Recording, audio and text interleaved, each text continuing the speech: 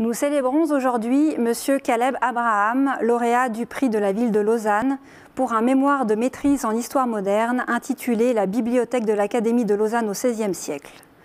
Ce mémoire, effectué sous la direction de la docteure Karine Crouza, MER à la Faculté des Lettres, avait pour thème la bibliothèque de l'Académie de Lausanne au XVIe siècle, ancêtre de notre bibliothèque cantonale universitaire de Lausanne, qui conserve encore les ouvrages de cette première bibliothèque. Alors que les ouvrages ayant appartenu à cette bibliothèque se trouvaient, jusqu'à ce jour, disséminés dans les fonds de la BCUL et que rien ne signalait dans le catalogue actuel de cette bibliothèque leur appartenance au noyau initial de la bibliothèque académique, M. Abraham est parvenu à reconstituer, grâce à l'observation de chacun des volumes imprimés de la réserve précieuse de la BCUL datant d'avant 1601, un catalogue comptant 578 volumes en 5 langues, latin, grec, hébreu, français et syriaque. Au-delà de l'établissement de ce catalogue et de la mise en valeur des ouvrages précieux qu'il contient, il a pu retracer une véritable histoire intellectuelle de la ville de Lausanne et de son académie, la première académie protestante francophone au monde, dans les premières décennies de son existence.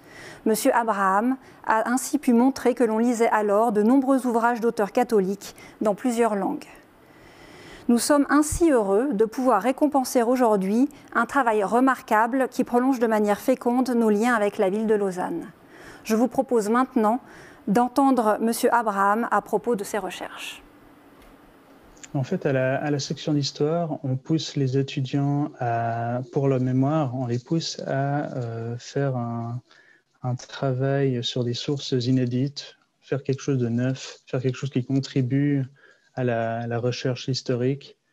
Et mon sujet n'avait jamais été traité. On ne savait pas que c'était possible de reconstituer cette bibliothèque. C'était fascinant en fait de pouvoir mettre en pratique tout ce qu'on a étudié en histoire et puis de vraiment faire le travail d'historien, d'aller jusqu'au bout des choses pour le mémoire. Encore aujourd'hui, une bibliothèque privée reflète les intérêts de son possesseur.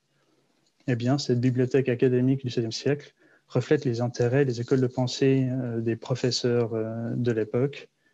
Et donc, par le catalogue, on découvre ce qu'ils lisaient en théologie surtout, mais aussi en histoire, en littérature classique, en philosophie, en droit, en médecine, et ainsi de suite.